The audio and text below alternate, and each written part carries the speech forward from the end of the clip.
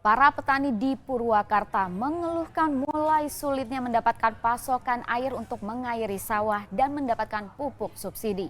Mereka meminta pemerintah Kabupaten Purwakarta dan Provinsi Jawa Barat untuk turun tangan membantu mereka sesuai tugasnya.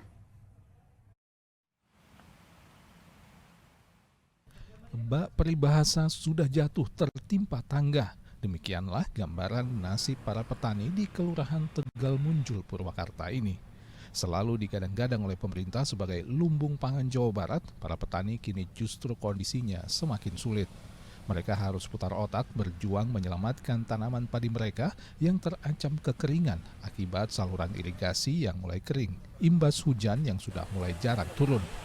Tak cukup sampai di situ, selain mulai kesulitan pasokan air, petani juga saat ini kesulitan untuk membeli pupuk bersubsidi.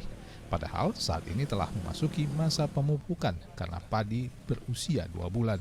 Para petani merasa dipermainkan oleh pemerintah yang setiap saat mengubah-ubah prosedur persyaratan pembelian pupuk bersubsidi. Dari sebelumnya mereka harus mengurus kartu tani, sekarang dinyatakan tidak berlaku dan petani harus membawa KTP, kartu keluarga dan difoto di agen pupuk subsidi.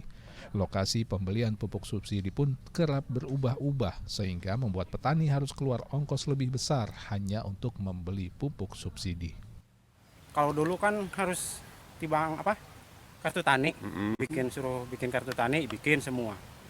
Giliran sekarang kartu tani nggak berguna. Jadi nambah lagi persyaratan. Harus ada KK lah, KTP lah, harus dipoto.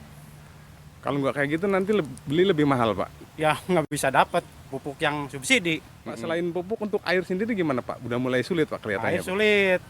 Kenapa, air sulit. Pak? Ya itu irigasinya nggak ada airnya. Udah mulai kering. Udah mulai kering. Kalian ada kan kalau harus berebut masalah air, nggak rata lah gitu. Ada yang di sawah bisa masukin air, kalau nggak ada ke sawah ya nggak punya air. Waktu itu harus ada kartu tani, sekarang udah lama-lama nggak berlaku lagi. Ganti sama KTP, repot atau bagi petani mah. Beli pupuk itu kan seharusnya itu lancar lah, beli jangan sampai susah-susah bikin ribet petani lah.